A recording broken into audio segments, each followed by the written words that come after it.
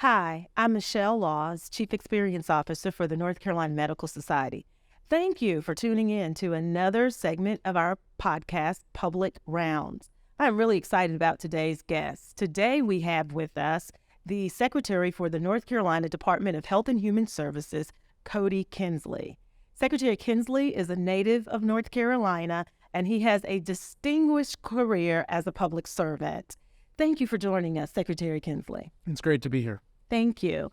Wow, this was quite a week for you. It's been a big week. It's been a big week. So Governor Cooper did a thing. He signed the Medicaid expansion bill, and we are eagerly waiting, I think, for the budget to get passed. But before we talk about that, tell us why it is so important. What's the significance of Medicaid expansion in North Carolina? Well, the governor says that this is the working families bill of the decade, and I couldn't agree more. We know how important it is.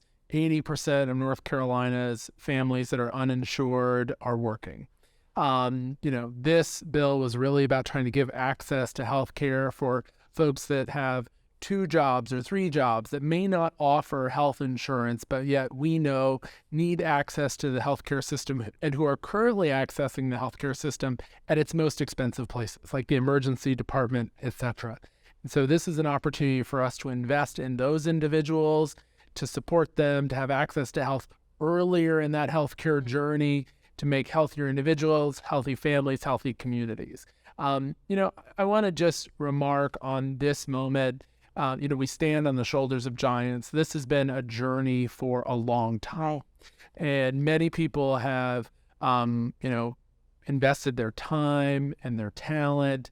And there are many folks who started on this journey with us that aren't here today because they've lost their lives. People who were living with chronic diseases, who are rationing their medicine, who are making really tough choices every day. Because they couldn't be here. And so this is really in honor of them. And at the same time, we've got to get a budget to get this active. And my team is working very hard to get implementation ready to be there, and we're excited, but we're looking forward to that budget. Great. Now, there are some people who don't even know what Medicaid is, who it serves. So tell us about the population that is served by Medicaid. Medicaid is our public payer that supports people that are low income and no income.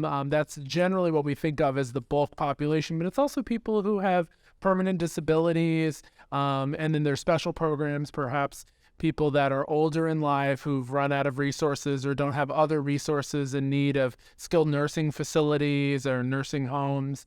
There's also individuals that maybe have particular chronic diseases that are just out of reach for their private insurance, and we step in so it's a payer of last resort, but it is one that's incredibly important. Medicaid pays for over 50% of births in North Carolina.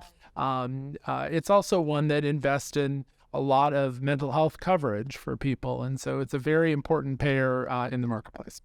Great. I know that I've heard people say that this is a game changer in terms of access to care in rural areas. What are your thoughts about that? Currently about 10% of North Carolina is uninsured, so about 1.2 million people. We know that number is 2 and 3 times larger in rural communities, just because of systemic issues around employers, employer-sponsored care, and other access to coverage. Just step out of the healthcare business for a moment and step into the bicycle business. If you're running a bicycle shop in rural North Carolina and 20 to 30% of the customers that you serve can't pay you, what do?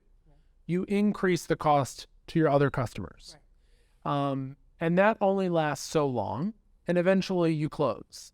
And when we look at healthcare networks across the state, and we'll just use, hospitals as an example, we've had almost a dozen hospitals close in the last decade in rural communities in North Carolina. So when 20 to 30% of the people walking through your door can't pay, that's not sustainable. That's why this is a game changer.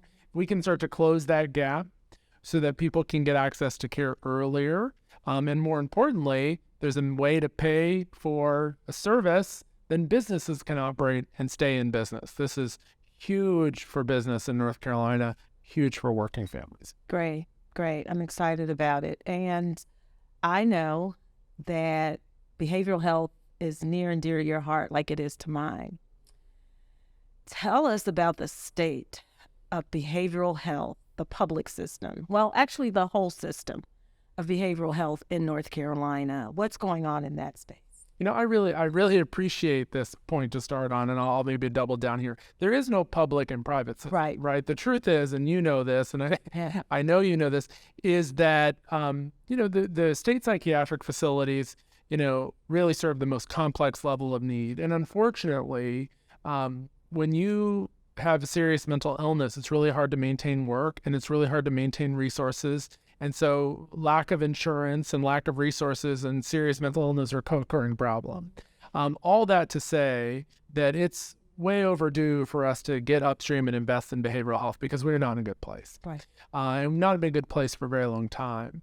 But here are some indicators to me. We've seen, rates of overdose deaths increase over 20% in the last year from opioids. That was after years of progress. We're now losing that battle with fentanyl and other problems and the other things that sustain recovery.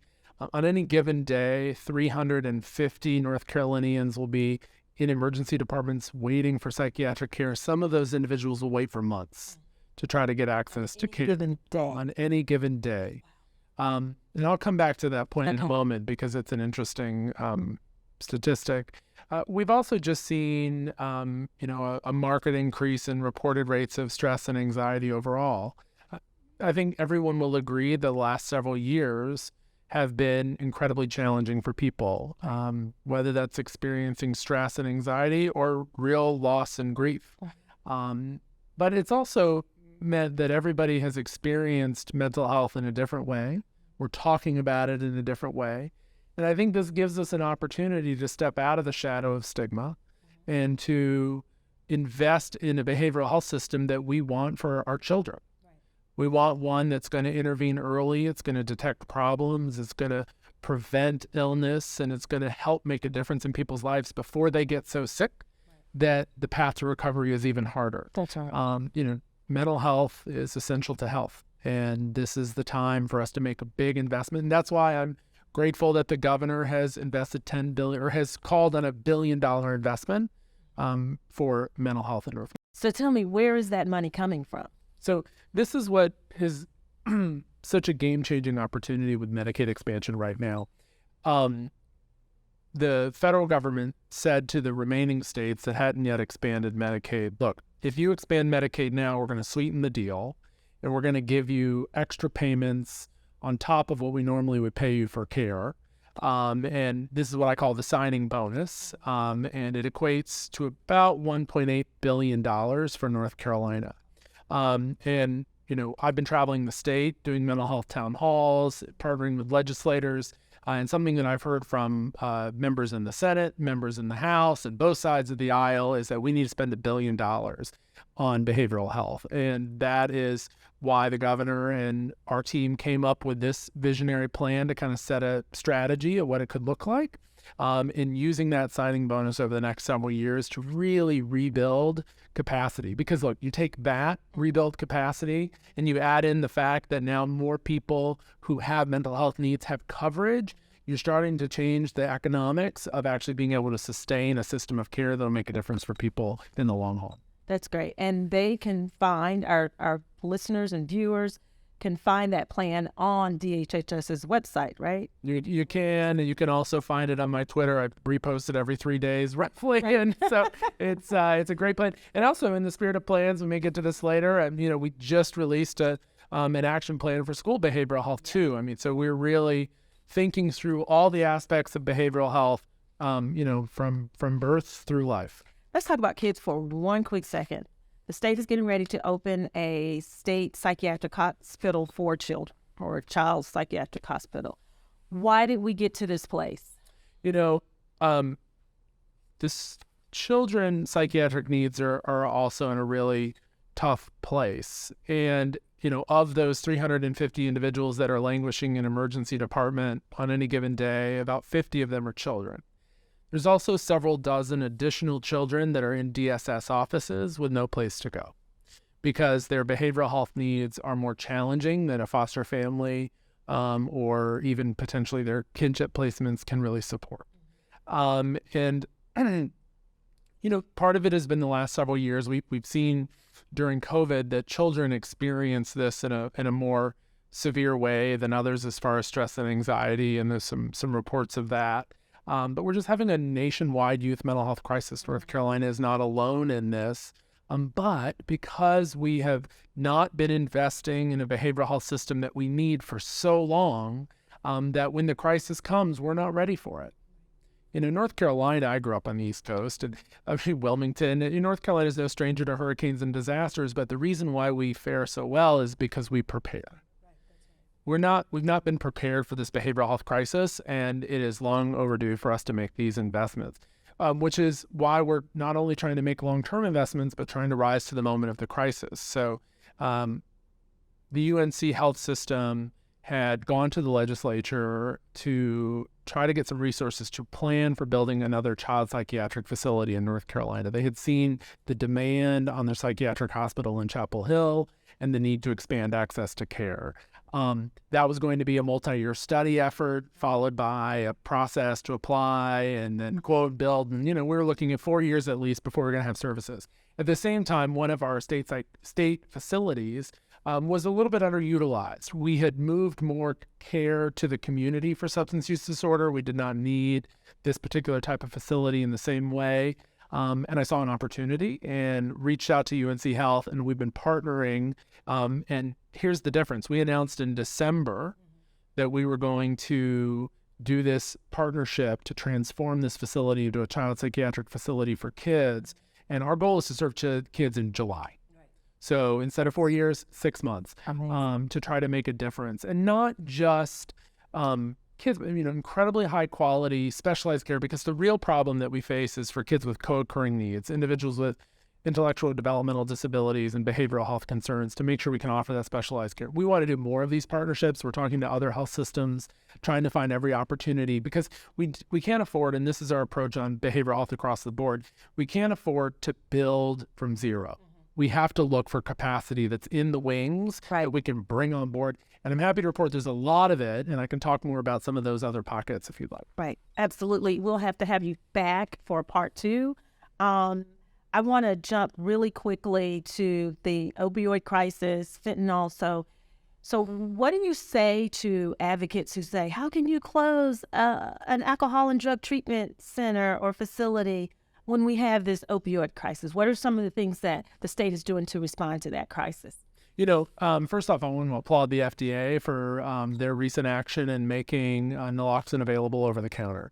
That is transformative.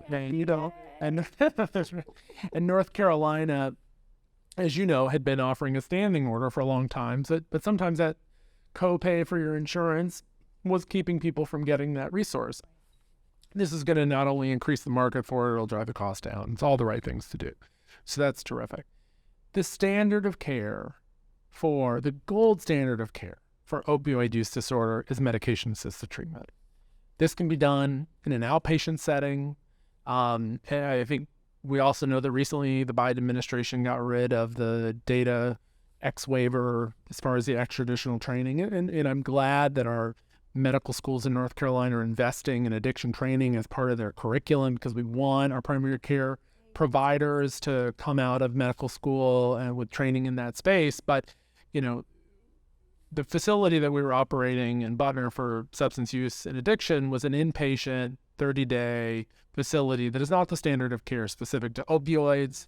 It's also an array of services that are offered with community-based partners. We don't necessarily need a state-funded partner. We're able to use those dollars differently. We had a census of, I think, 12 people in that facility that we can easily. So there's no loss of services or access to services with restructuring that facility to a child-based psychiatric facility. So I know that you are responsible for multiple agencies, departments within or divisions within the Department of Health and Human Services. But I also have to guess that you have some priorities. What are your priorities as secretary? Well, we've talked about the first one for quite a bit already, which is behavioral health and resilience. So that's the second one we've talked about as well, child and family well-being. I'd say in addition to the mental health aspect of that, really getting an early intervention in kids' lives. Let me start here. Black babies die 2.5 times more often than white babies do in childbirth. North Carolina. Mamas die. That's right. Black mamas die also at that same alarming rate. There's a lot we can do there. We can invest in doulas, help fund access to support. Our chief OBGYN likes to say we have to get mamas tuned up before they have their baby. I always attribute that to her. And she's wonderful. And that's what we want to do. And that's another opportunity with expansion. Think about this. North Carolina pays for more than 50% of births. Those mothers are coming into our care, maybe at best right when they're pregnant. With expansion, having them in care earlier to get them tuned up, to have access to preventive medicine and blood pressure under control, other issues, that's going to make a huge game changer for infant mortality and maternal mortality over time. So behavioral health, opioid, maternal and child well-being, any other priorities for you? Plain and simple, strong and inclusive workforce. And our caregiving workforce gave us their all over the last several years, and now we need to give it to them. We look at nurses, behavioral health professionals, child care workers, direct support professionals, people that are supporting people in the home, whether because they're elderly or they're disabled. I mean, these are the people that make life possible every day. These are, and yet we know that because of all the other economic things happening in our marketplace right now, that many of these individuals can leave these fields and go make significantly more in retail jobs.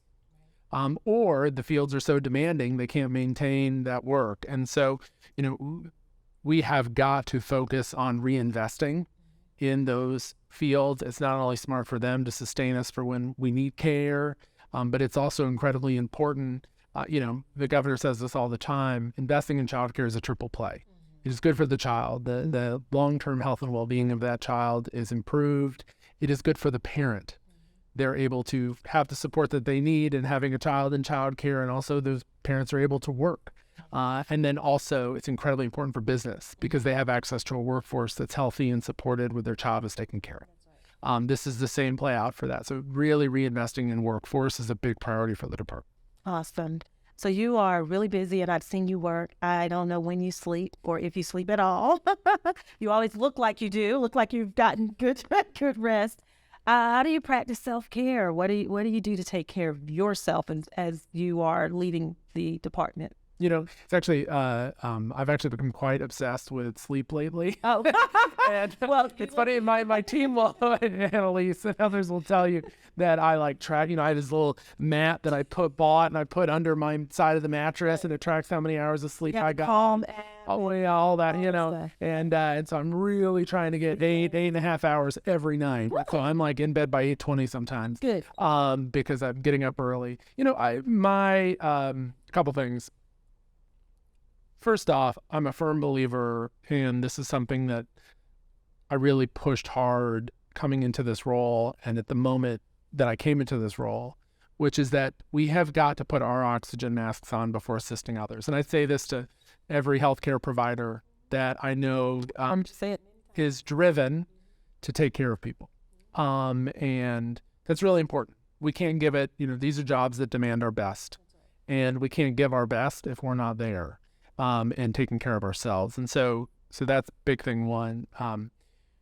Other things that I do in addition to wanting to get good sleep is one of my favorite things to do is everybody's going to come find me, but I bought this membership pass to the Alamo Theater, and I like to go on the weekends to the movies by myself, and forces me off the phone. Well, I have a feeling you won't be by yourself. That's right, fair enough. I'm at the theater. And I read quite a bit, and then lastly, is that, my dog and I and my partner, we love to go hiking. So we spend a lot of time in the green space in the Triangle. Love, love, love it. And we've got beautiful trails. So that's one of North Carolina's many treasures. So I like to end with favorite books. I'm a huge, an avid reader, and love to read, love to encourage reading. So, what are your favorite books that you would recommend? So I'll tell you the book that I'm reading right now to start, which is pretty interesting. It's called Amsterdam: The History of the World's Most Liberal City. Huh? And it was written by an American that was living there. And it's really interesting because it does a turn of phrase on the word liberal. And, what really created the foundation of this city that became at one point New York before it was New York, right? And it had all this growth.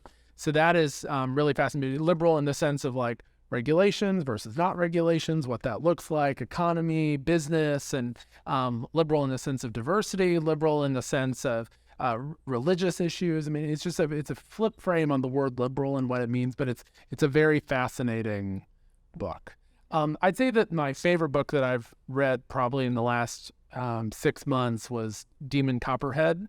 This is Barbara Kingsolver's new book that is a play on David Copperfield. Oh, wow. And so it is, for folks that are familiar with the David Copperfield story, it's set in Appalachia in Virginia.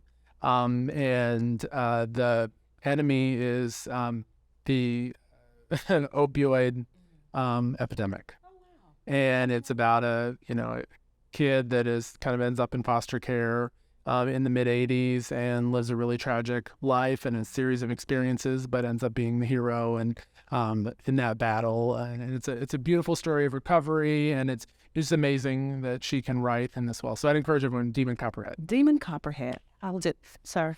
Thank you, my friend. Thank you so much. Great to be here. Yes, glad to have you, and we look forward to having you back. There's a lot going on. We'll have you back once the budget is passed. How about that? Will you come back and tell us what you have to do? Next week? Well, I doubt it there, but maybe. Thank you. Thank you all for tuning in. This is the end of the discussion, but the conversation will not end.